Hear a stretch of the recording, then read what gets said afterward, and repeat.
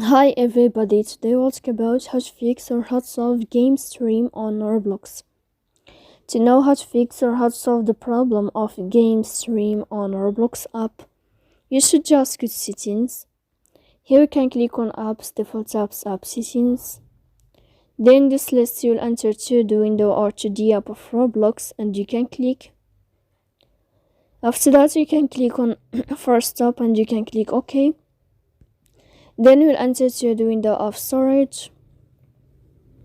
Then you can click clear cache. Don't click clear data because that can cause the errors in your app. In the end, you can go to Play Store, you can search about Roblox. If you'll find here updates, you can update your app. So please don't forget to support us, bell like and subscribe. See you next time in another video and thank you for your attention and your watching.